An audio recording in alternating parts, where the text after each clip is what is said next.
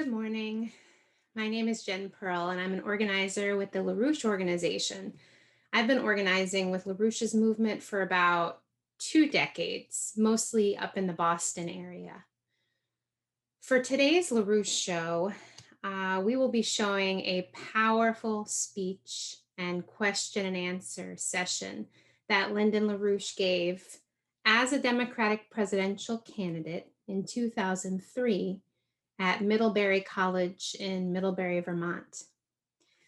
While this was nominally a speech to the college Democrats, who say in their opening that they want to present to the students all the candidates in the election so they can make an informed decision.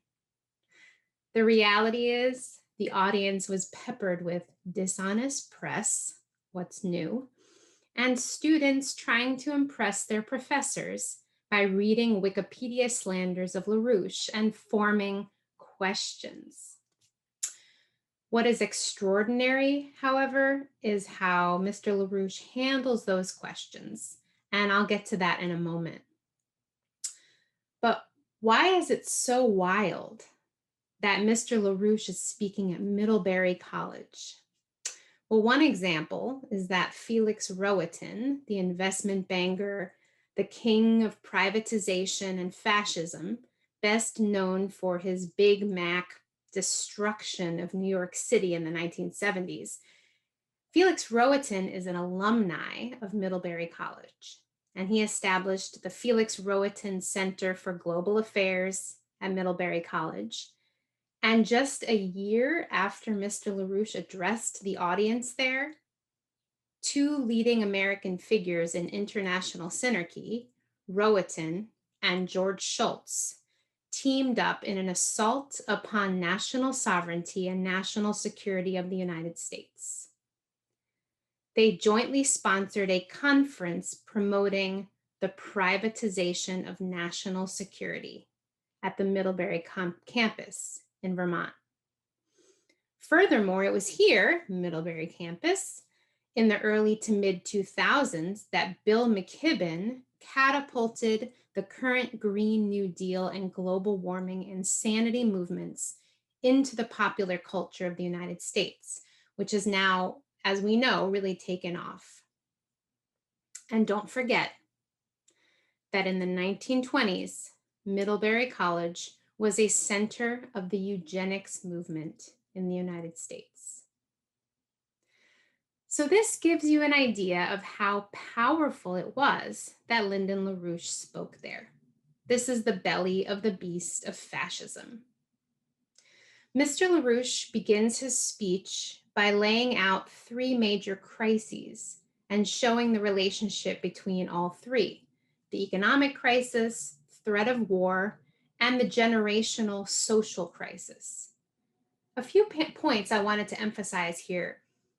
He is very clearly challenging people to think about the real intention of the war, which at this time was the Iraq and Afghanistan war. This was still in the aftermath of September 11th, 2001. And he is challenging people to think about them as really that this is going to result in global thermonuclear war. Mr. LaRouche also emphasizes that the only way we can resolve this situation at that time was to turn to the nations of Russia and China. Now, fast forward in time, here we are 18 years later, and what is Mrs. Helga LaRouche warning about as the current dynamic between the US, Russia, and China?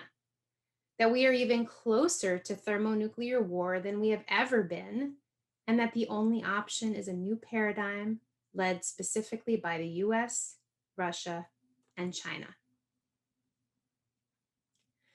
The other point that is really worth taking note is Mr. LaRouche's warning in this speech that there is no way to recover the financial system, and he warns about a coming collapse of mortgage-backed securities.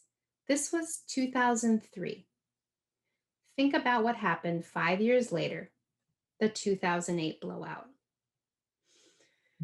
Finally, Ask yourself, how is it that LaRouche is able to come into this hotbed of fascism and hostile environment and give a provocative and beautiful speech and answer even the most hostile questions with so much agape and love? As you will hear in his speech, LaRouche refers to his growing LaRouche youth movement, which at the time, 2003, was really taking off across the country. He challenges this audience of young people, students, knowing full well that many of them are being groomed to be the next Felix Rohatyns and Barack Obamas, to adopt the method of studying history as a process and universalities, not as a series of events. Toward the end of the Q&A, Lynn is accused by a reporter for ducking questions, which often people who weren't willing to think about the depth and reality of what Lynn was addressing would often think he wasn't directly answering their questions. My reaction to Lynn's beautiful answer to this reporter was, these reporters don't deserve these beautiful and impassioned answers. But that's not Lynn's approach. He demonstrates in this very concise, hard-hitting, and beautiful 58-minute exchange at Middlebury College the very method he is challenging these young people and those of us watching 18 years later to adopt. Please enjoy this wonderful speech from 2003.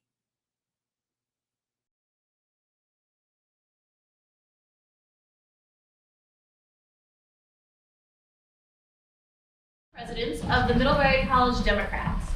Today's forum is one in a series of events that will be facilitated by the College Democrats in order to increase dialogue regarding the presidential primary. The views expressed by speakers throughout the series are not reflective of the positions or beliefs of the College Democrat organization or its members. In accordance with our mission statement, this series will stimulate an active interest in politics, promote awareness and participation in all levels of the democratic process, and ideally increase social awareness and voter registration. Well, the exposure to a full spectrum of views is obviously a component of the democratic process, as well as broader academic learning both on and off Middlebury's campus. Recognizing that the democratic process rests upon the responsibility of its participants, we ask that present individuals, regardless of personal views, conduct themselves in a respectful manner towards all those involved. Today's forum will begin with a talk by 8-time presidential candidate Lyndon LaRouche, and followed by a question and answer session. We have provided index cards on all of your seats for questions, which should be passed forward towards the conclusion of Mr. LaRouche's speech. And first to introduce Mr. LaRouche is Bruce Marshall, who has introduced us to the entire LaRouche campaign. So without further ado, Bruce. All right. Thank you and welcome. Hello, everyone. Middlebury College was the first institute of higher education in this country to call for the abolition of slavery, a legacy to uphold.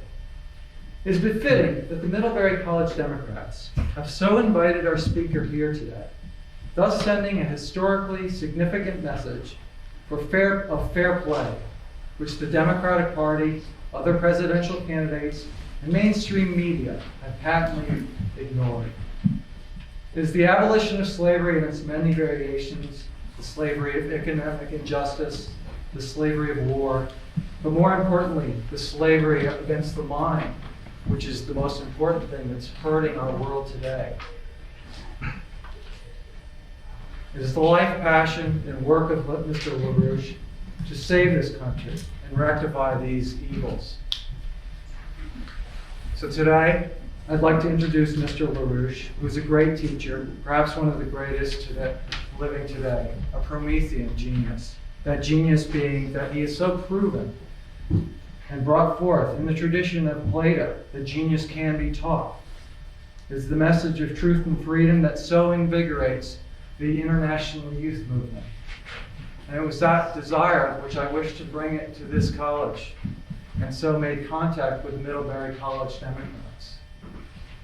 This is no mere animal race between mules and pachyderms. This is a true concern with the future of not only humanity, well, it is humanity, it's the universe. It's Mr. LaRouche, live at the Chateau!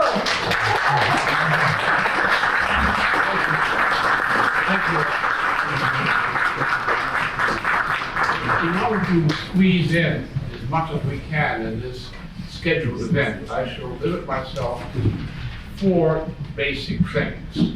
First, I shall summarize 3 points. The 3 points which I believe are most crucial for the United States at this time for choosing policies, presidents, members of Congress, and so on.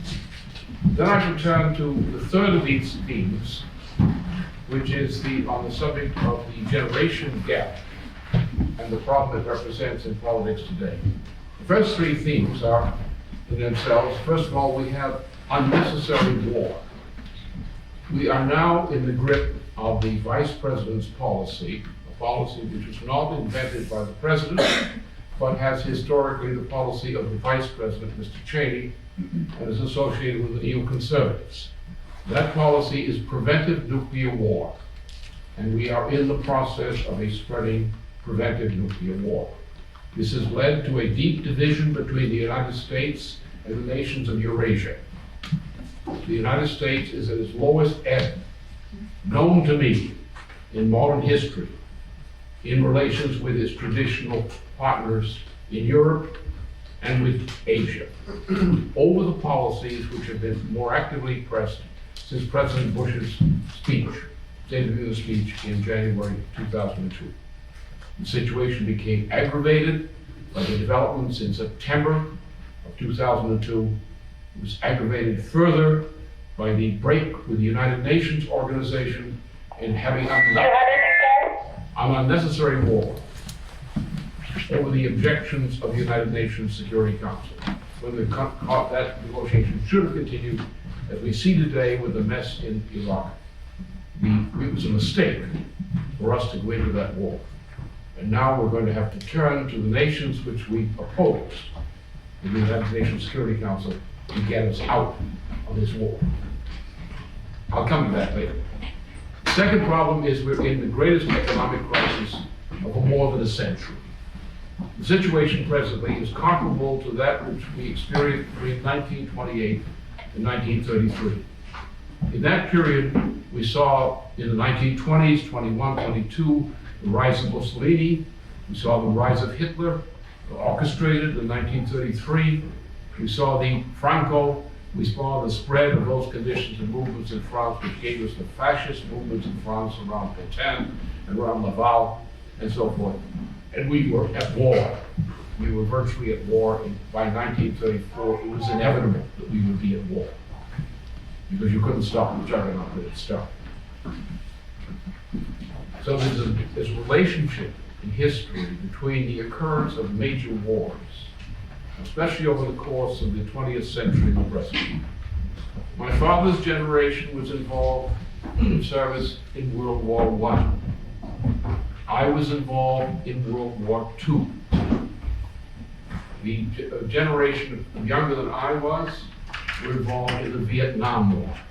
The present generation is now involved in the Cheney Wars. And these pulsations of economic crisis, and similar crisis and war continues. We reached the point that this must stop. Because what we're seeing in Iraq, which the president is denying, and others are denying, we're seeing the outbreak of something comparable to what happened in Indochina. Let me just quickly review this, because I want to get to the other subject. The United States was convinced that China would not object strongly under the government of Mao Zedong to a U.S. attack on North Vietnam. On the basis of that false assumption, the same kind of false assumption that Truman made, which led us into the Korean War, we found ourselves in a kind of war we didn't expect, in which what's called asymmetric warfare was used to try to defeat the U.S. forces. We had absolutely superior air power, so forth, in the situation. But we really lost the war. Why? Because in asymmetric warfare, which is a modern version of the principle of strategic defense and military defense. What populations do when they're faced with an enemy with super weapons, or relative super weapons, is they say, we will retreat. We will let you invade our country. But once you've invaded our country, and your troops are man to man with our people, then you are put on an equal footing with us, or an almost equal footing with us. And then you have people's warfare, as it's sometimes described, breaks out, where a population, which is apparently disarmed and defeated, surrounds and attacks a military invader at close quarters. That's what happened in Indochina, an impossible war. That is what is happening now in Iraq. Now, some of the people involved and were targeted by Cheney are great powers. Russia has nuclear weapons and similar weapons which are still comparable despite the fall of the Soviet Union to our own. China has modern technology. We gave it a lot of them and destroyed our own. India is involved in this. These nations are not going to submit to a world imperial demand from the United States. But these are also our friends. For example, Russia is trying to, under Putin, is trying to establish a relationship of cooperation with the United States, and yet at the same time, he's preparing for war, our future war, by the United States on Russia as well as on China. That's the situation. So this is what we're faced with is an unnecessary war, not a war designed by our military specialists, but designed by civilian nuts who don't know what they're doing. And this kind of thing must stop. We must go to our friends in Europe and elsewhere. We must find a basis for cooperation to address these problems in a new way, in a fresh way, to build upon this planet a community of sovereign nation states which are united in principle but divided by their sovereignty. This was the intent of John Quincy Adams when he wrote the words read by President Monroe as the Monroe Doctrine, and the John Quincy Adams policy. A community of perfectly sovereign states within the Americas. This has been the implicit desire of all great patriots of the United States, is to establish a world community of sovereign nation states, each sovereign, each committed to the general welfare of themselves and others, but at the same time united by those principles. That is feasible. That's what I'm struggling with. That's what I intend to do.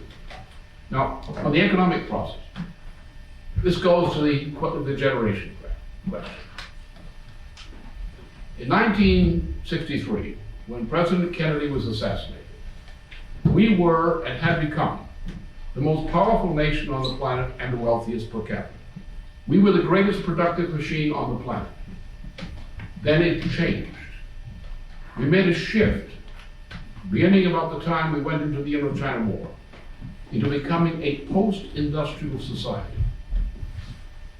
After 71, with a change in the monetary order in 72, we began to arbitrate the prices and values of currencies in various countries. We told them what the value of their currency was, and we did it arbitrarily. Then we forced them to work for us as virtual slave labor. We shut down our farms and industries. We imported what we had used to produce from these countries which we had reduced to slavery. Today, cheap labor from China is the biggest single factor in replacing U.S. labor and U.S. production. Nothing wrong with China progressing, but the point is we have destroyed our society. We have destroyed our culture. We've now come to the point where we are the victims of what has become, ironically, recently, with the appointment of Tony Snow as Treasury Secretary. The present administration is conducting the biggest snow job on finances in history. This country is bankrupt. There is no recovery. There is a zooming nominal monetary output. There is still a somewhat zooming and large financial growth. But the physical economic production and consumption per capita and per square kilometer of the American people is collapsing. We are on the verge of a collapse of the mortgage-backed security system. It could happen at any time. These kinds of things cannot be predicted as today. We can only predict the condition. And governments will try to postpone things by printing money and other similar kinds of tricks. And these will work for a while making the situation worse. So we're going into this kind of situation. Now, let's go back to this question of the war theme and look at the generational crisis from the standpoint of the war issue and the economic issue. As a result of this cultural change which occurred and became known as the rock, drug, sex, counterculture, there are other names for it, which occurred during the 1960s.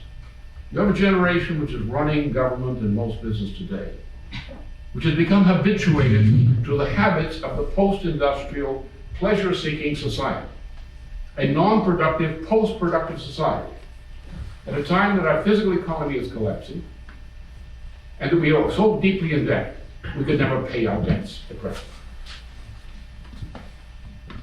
What this represents, this change from a productive society, the world's most productive, to a bankrupt, post-industrial, pleasure-seeking, consumer society, living increasingly on the basis of virtual slave labor of production in other countries while denying employment to our own people. How did this come about? This is not unusual in history. And some of you have been studying history, I suppose few of you study classical Greek. And if you study classical Greek, you will look at the Peloponnesian War as a paradigm for the kind of problem which hits civilizations. It was the mightiest power of the Mediterranean at that period. Athens with its alliance. And it destroyed that alliance and went into a long war called the Peloponnesian War. And Greece never recovered from the effects of that war. There was a Hellenistic period as the aftermath of Alexander of Macedon. There was a Roman Empire, but it was not until the 15th century that a full-blown restoration of classical Greek culture was established as a leading influence inside Europe, in Italy and other countries. And the first modern nation states, France under Louis XI, and England under Henry II, were the beginning of a new process which we call modern civilization. So in studying history behavior, in studying elections and so forth, do not look at things merely in the short term. Because the determinant of history is measured in generations, or many generations, or one generation. In this case, we're talking about 2 generations. Approximately 40 years of a change from the world's leading producer society to a bankrupt consumer society. A bankrupt consumer society which, like Rome in its decadence, is going to unnecessary wars around the world, rather than working together with its friends abroad to find practical solutions for problems which do have solutions. What happened, therefore, the pleasure society becomes a no-purpose society. It means a generation in power thinks in the short term. They think of pleasures. They think of seeking new kinds of fads and pleasures.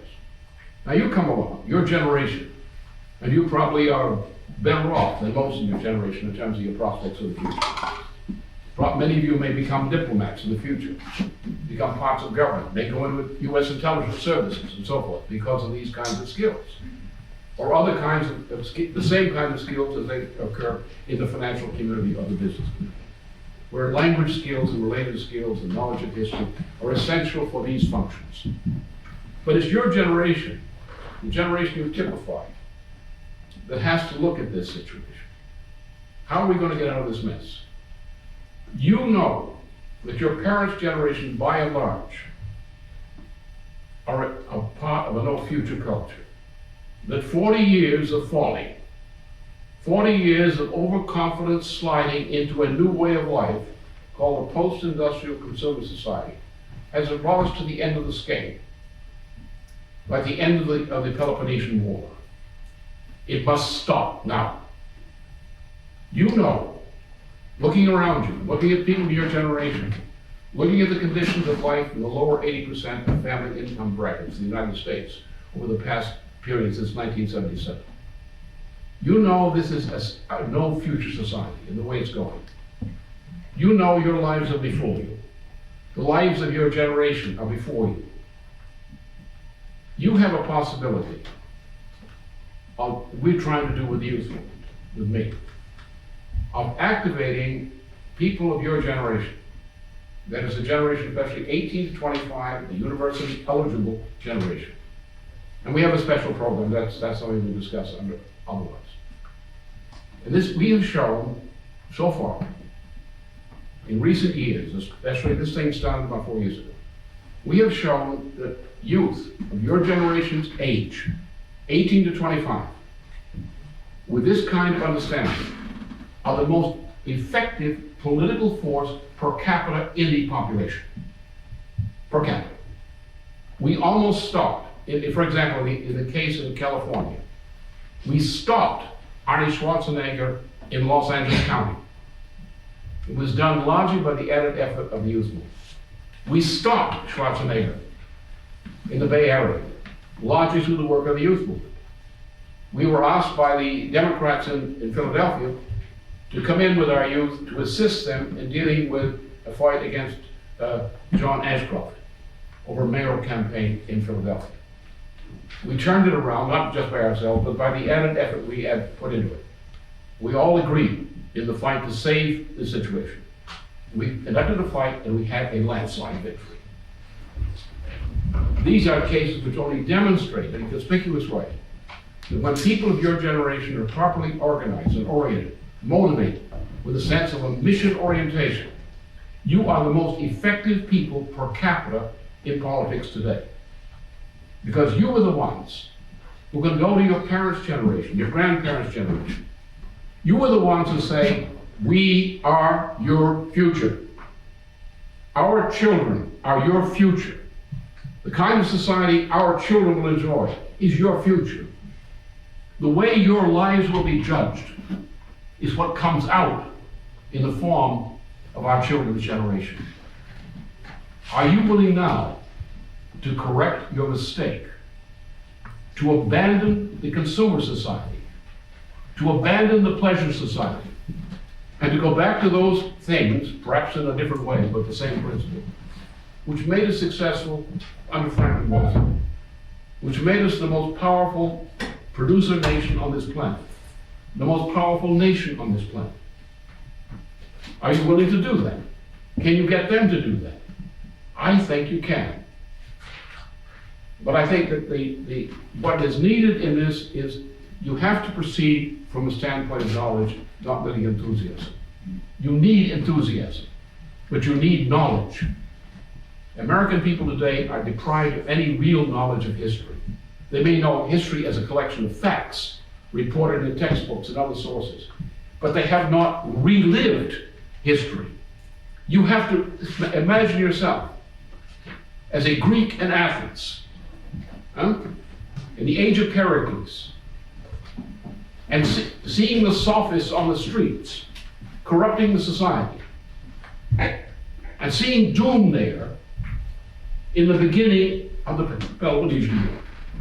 You have to be a Greek in your own mind, living in the time of Alcibiades, when the Peloponnesian War was spread to Magna Graecia, which was the doom of Greece culture. You have to relive that history.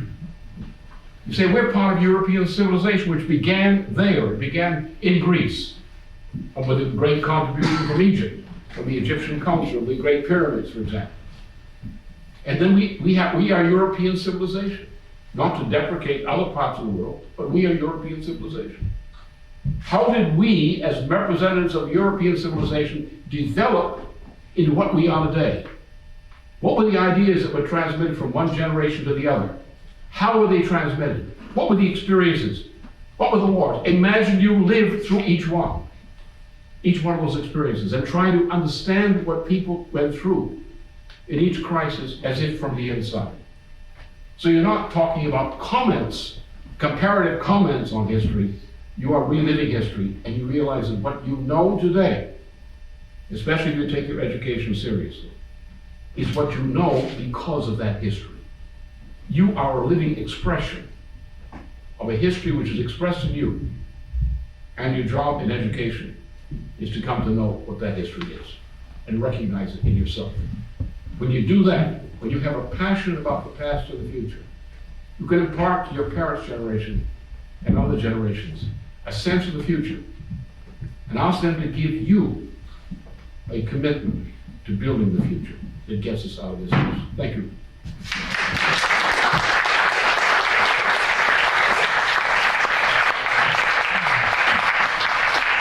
Forward, we'll take about a minute to look over them, and then we'll have questions for Mr. LaRouche. There are no cards on many of the seats. Thanks. You can just pass them up here.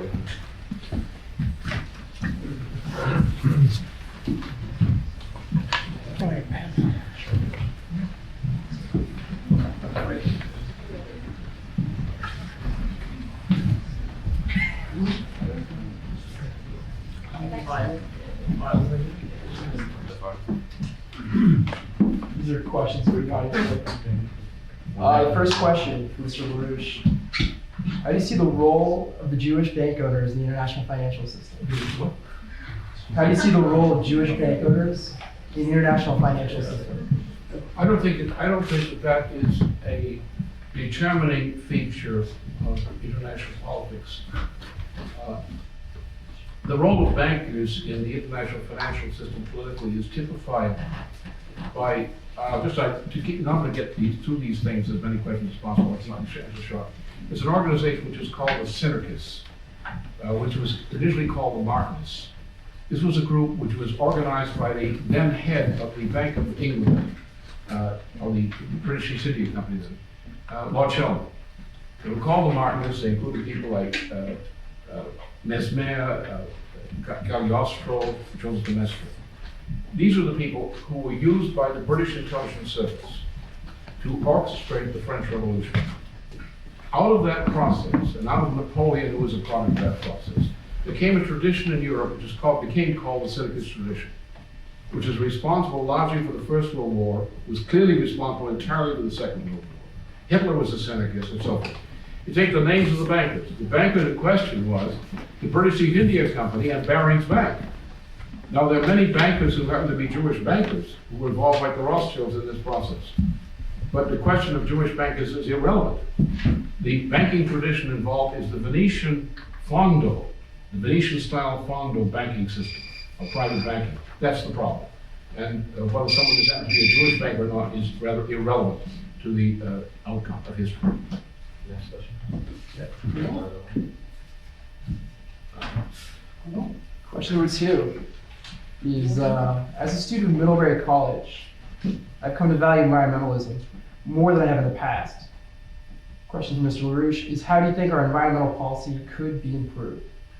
Well, our environmental policies actually stink because we talk about preventing some things, and let's take the case of energy. We have in this country a president, as a result of deregulation, a result of certain ill-conceived environmental ideas. We have a situation like that exploded in California around the energy issue. We have in New England a similar situation. We have a catastrophe about to hit the entire economy of New England on the basis of a collapse of production and distribution of power. Now, we're going to have to, as our job creating effort, in connection with this bankruptcy we're in now, we're going to have to employ people. We're talking about trillions of dollars over the next 25 years of investment in simply sufficient energy production and distribution to maintain the economy at least on a comparable level to what it is now. So therefore, this is the direction. There are other things. I am, shall we say, a follower of Vanadsky on the question of the environment.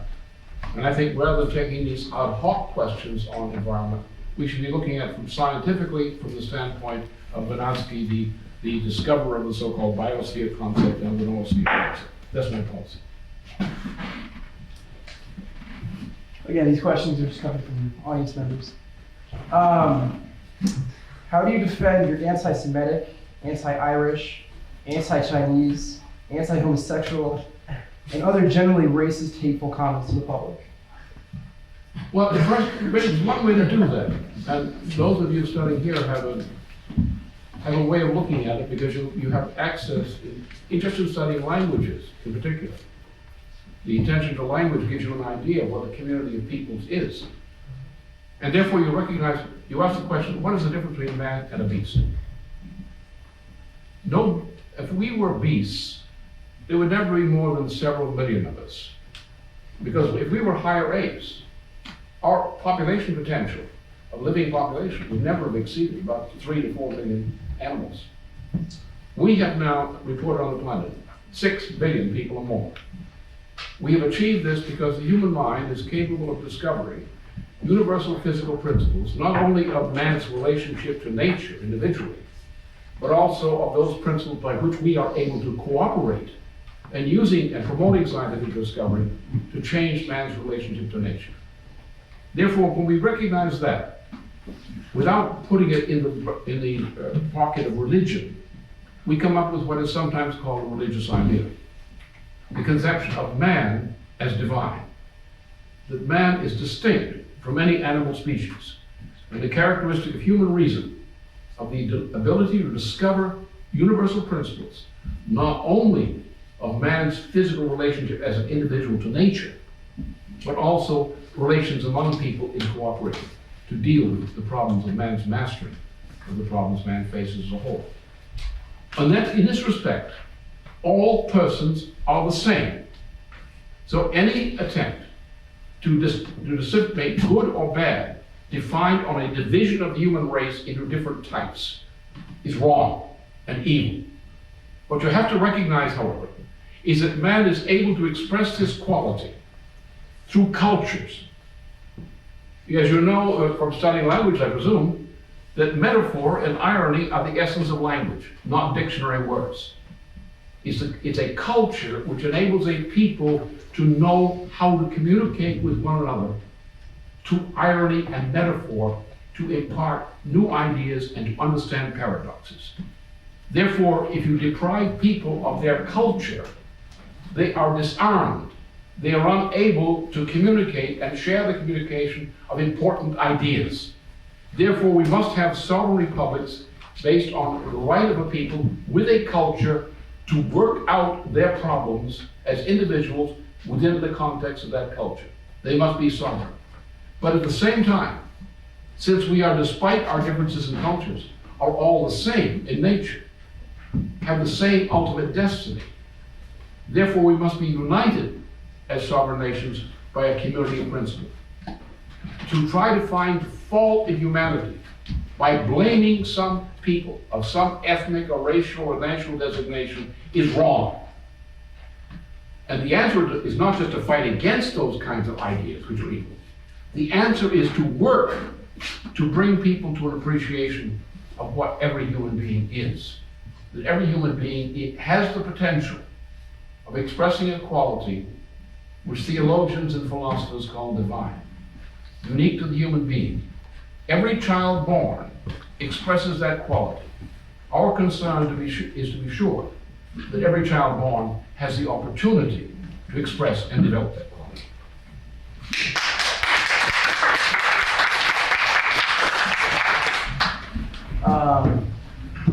Could you expand upon the relationship between the British monarchy and the U.S. foreign policy and economic policy? The British monarchy is a very complicated animal because it's not a constitutional form. It's a relic in part of several things. It's a relic of the Norman Venetian system of maritime power, and when Venice collapsed toward the end of the 17th century as a military naval power, at that point the Anglo-Dutch liberal model emerged over the period between William of Orange and the coronation of George I in England. And so the world is now dominated, in most part, except the United States itself, is dominated in Europe by this Anglo-Dutch liberal parliamentary model, which is different than our system of government. So therefore, there are many forces in England. For example, right now, there are people in Britain, leading people, who, some of them are conservatives, and some of them are Labour, who are very sympathetic with what I'm doing on an international scale. So I don't have a problem with these Brits on that level. We may have disagreements on other things. But the thing is, the complication is this. We are the first republic in the world, created from Europe largely, during the 18th century. But because of the French Revolution and things that happened afterwards, the intention of the classical humanist movement in Europe to spread the American Revolution throughout Europe as reforms of government didn't occur. So we remain the only constitutional republic based on a presidential principle of our type, based on the principles of the preamble of our Constitution. We have survived with our Constitution without any essential change in our core of our Constitution. To this day, no other government of the world has done that. No other government has a constitution which has survived as long as ours. We've gone through great crises, the Civil War, the Depression. We are still exist. Our existence is threatened today by the present crisis. But we have within us a heritage given to us largely by Europe, by the best minds of Europe, embodied in the founding of our country, which is a model in terms of its intention for what republics must be. We have to make that our conscience, and we have to act with respect to the rest of the world on the basis of that point of view. We have to be true patriots, not patriots like the jerks in the street with a little Confederate flag or something. We have to be true patriots who understand the mission for which this country was created, the mission of our republic, the mission of our Constitution, the mission of the fight against slavery by Abraham Lincoln and others, the mission of Roosevelt to save the country and save the world from fascism. In that sense, we must be patriotic about what the United States represents as a historical phenomenon. We must use that tradition to help bring other countries together with us to form a community of principle among nations.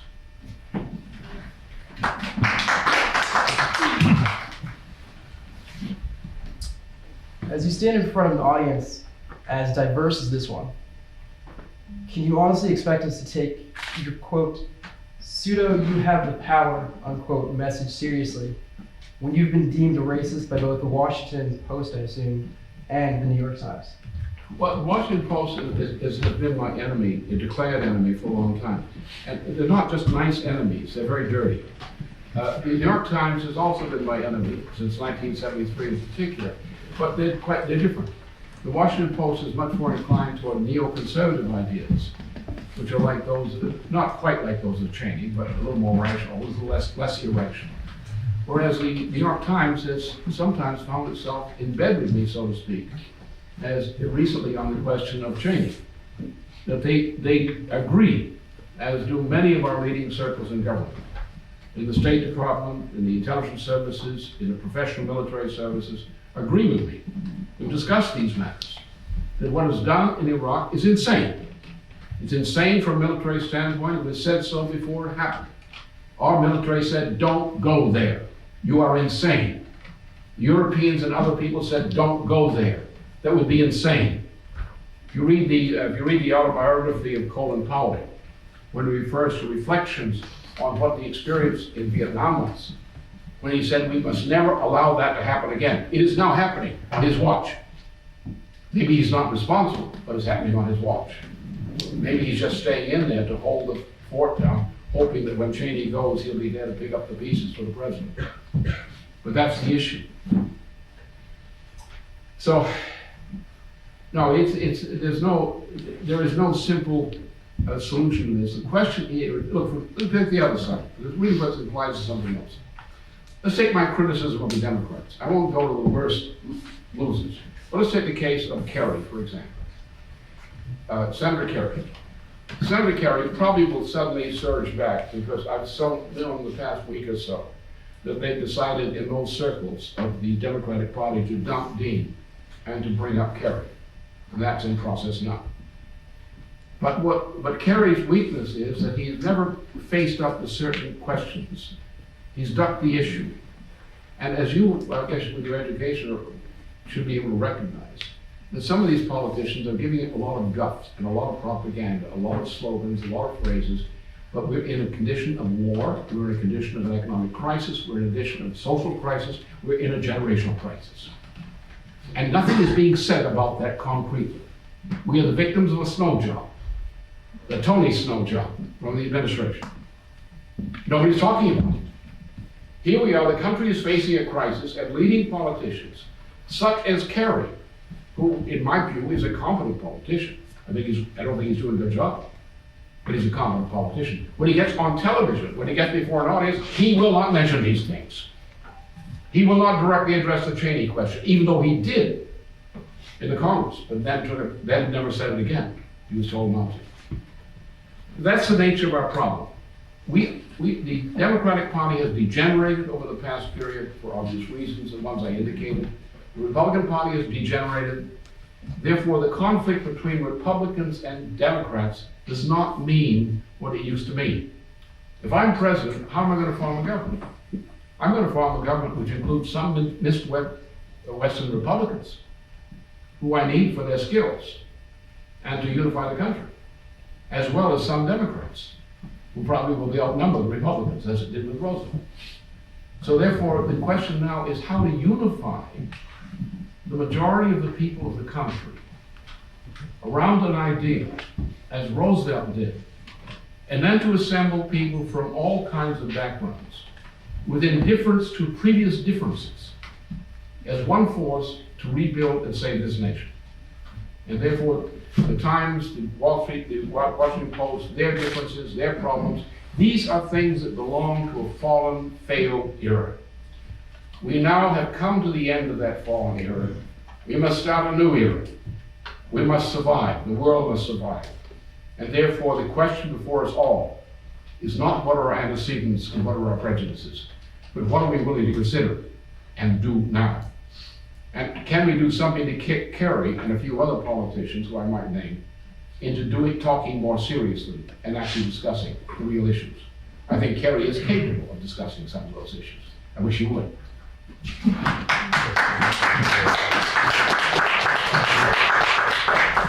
Can we take questions?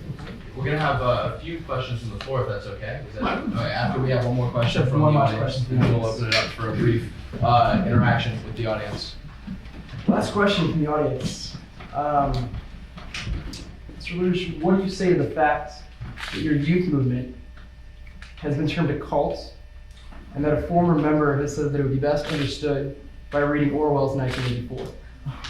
Well, I think that pretty much is gibberish. I don't think anyone who thinks seriously would take that kind of criticism seriously. It comes essentially from one well-known source, a fellow called John Irwin III. He's the grandson of a former governor of Arizona. He now resides in Arizona. He's involved with rackets involving the Indians down there, trying to steal things from the Indians. And he's also associated with the J.B. Watson family. And they set up a group called the American Family Foundation. And most of this specific kind of garbage you mentioned, as in the question, it comes from him. It comes from his American Family Foundation. So you know the source. Instead of worrying about the question, say what source did it come from? Where's the evidence?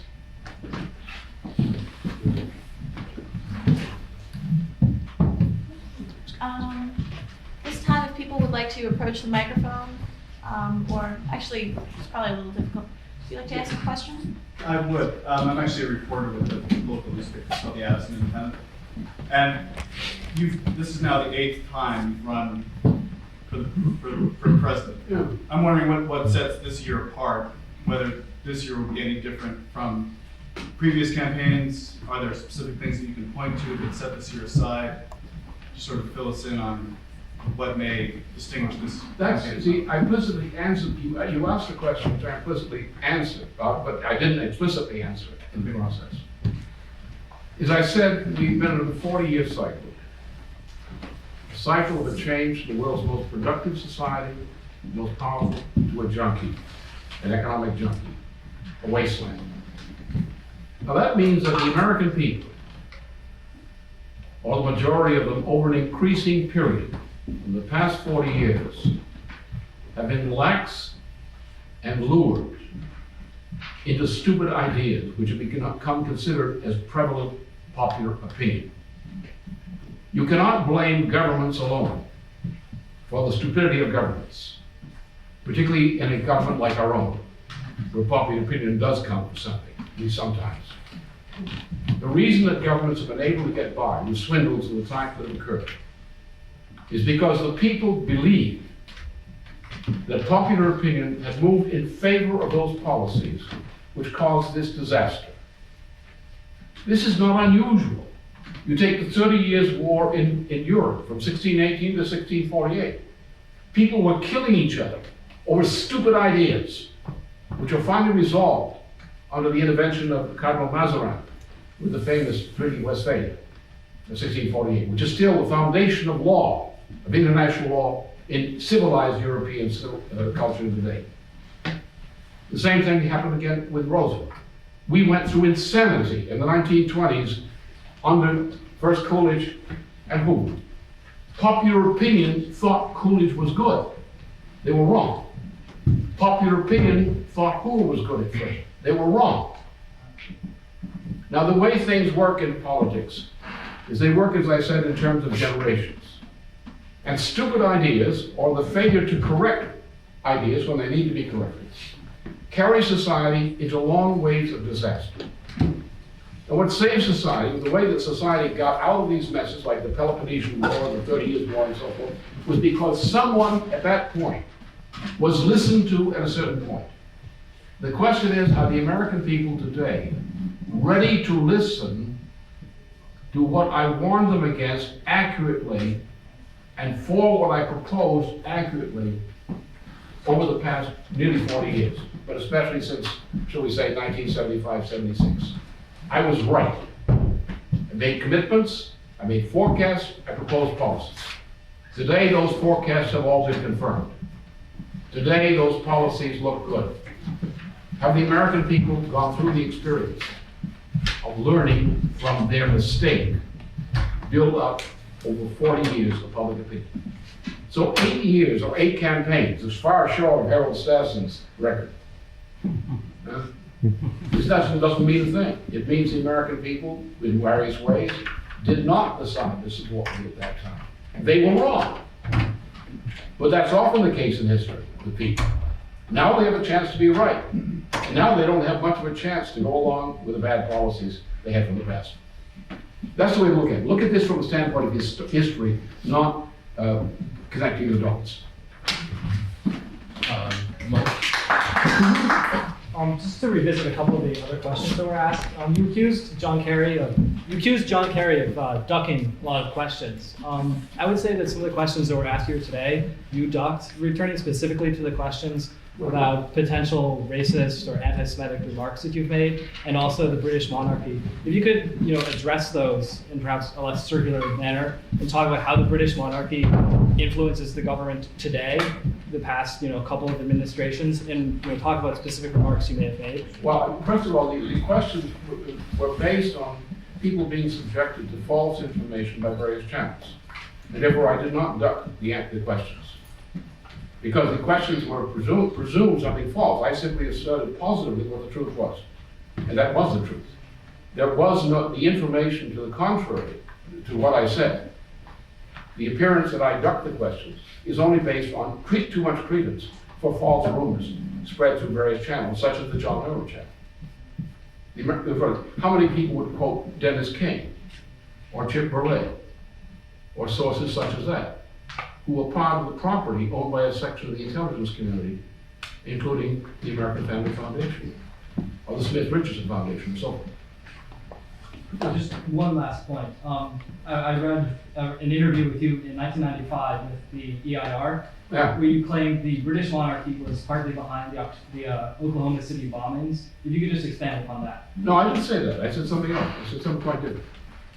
I said that a statement by a rather distinguished chief editor of the London Times had pointed to certain things about the Oklahoma bombing. Now, what I was concerned about in this case, we were concerned about it before it happened.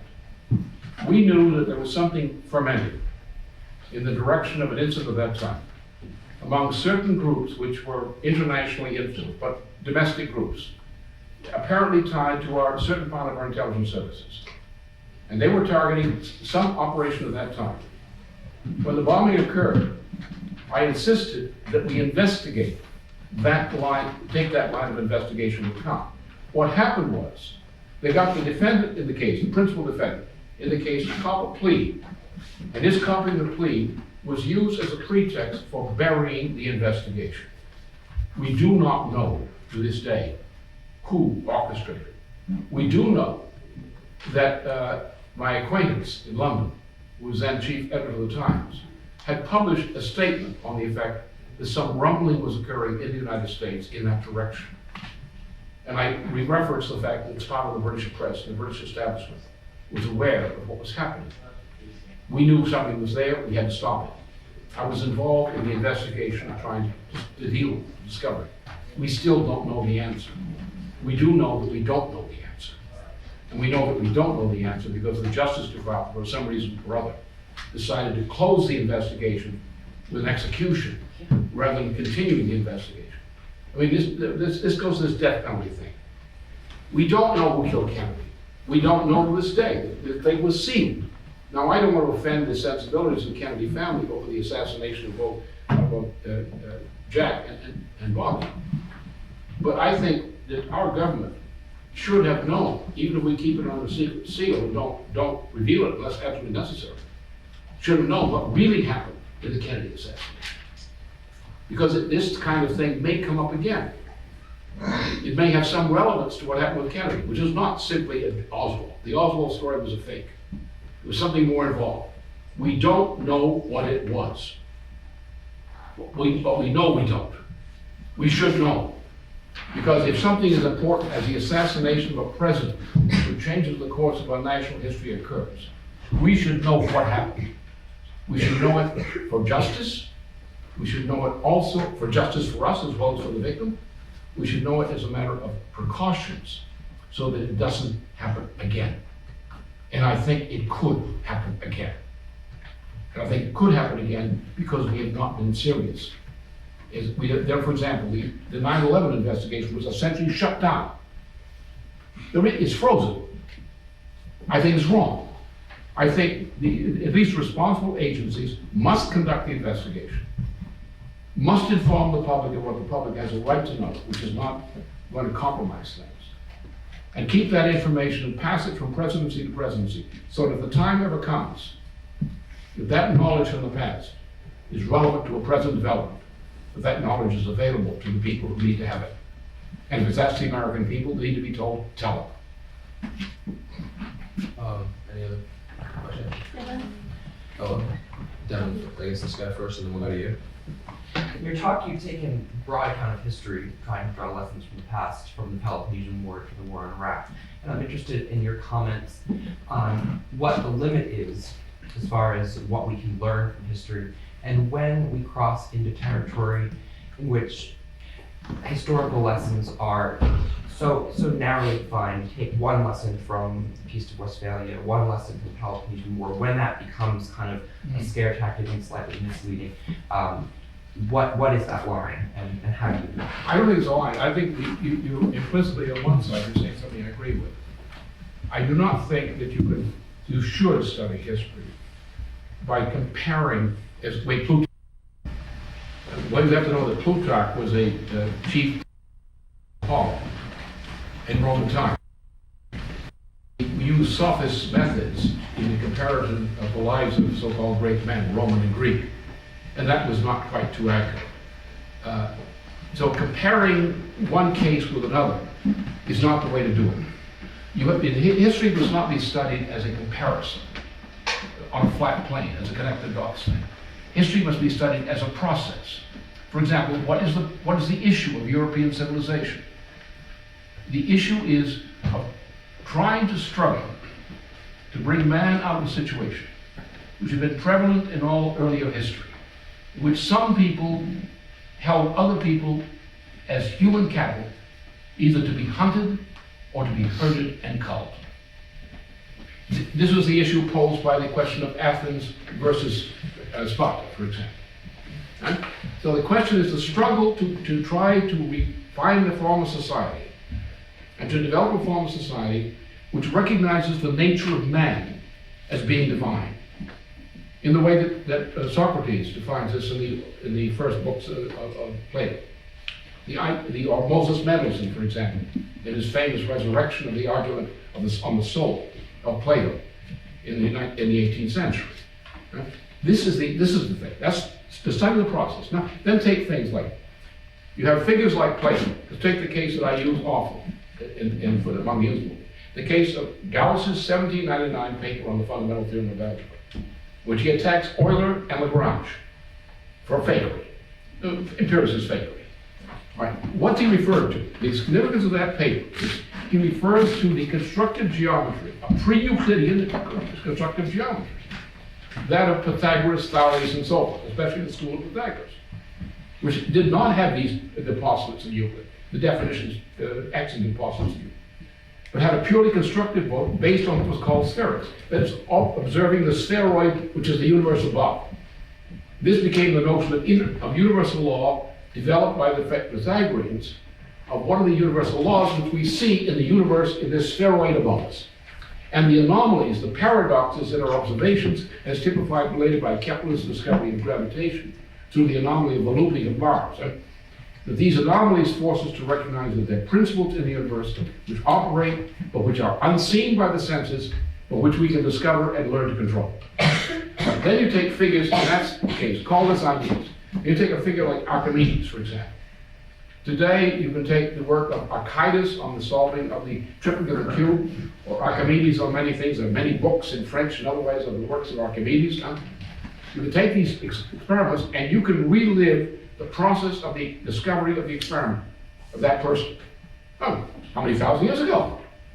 You today can leap across millennia to re-experience what happened in the mind of a person, as a human being, thousands of years earlier.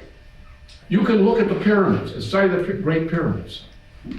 You can go back almost 3,000 years to the design of the Great Pyramids. And you can, by studying the pyramids, you can see how the mind of the Egyptians who did that worked, because it's based on astronomy. Therefore, it's verifiable. You can experience the discovery of that person now, almost 5,000 years ago. So therefore, history is based on the ability to leap across generations, to leap across thousands of years, and to leap in the imagination to what must have happened to man when the ice was on the top of the northern hemisphere for over about 200 years, 200,000 years. This is what's. So therefore, we should look not at history as the history of events, or the history of gimmicks, or the history of practices. We should look at it as the history of ideas, like the ideas of the Pythagoreans, the ideas of Plato, the ideas of Socrates, the ideas of Archimedes, or Aristophanes of Egypt, is contemporary. So by re-experiencing these ideas and seeing how they work in each generation, the idea of man, the idea of society, these are ideas which have a continuity, which all the great minds of history, who have shaped history, used and thought about and talked about and discussed.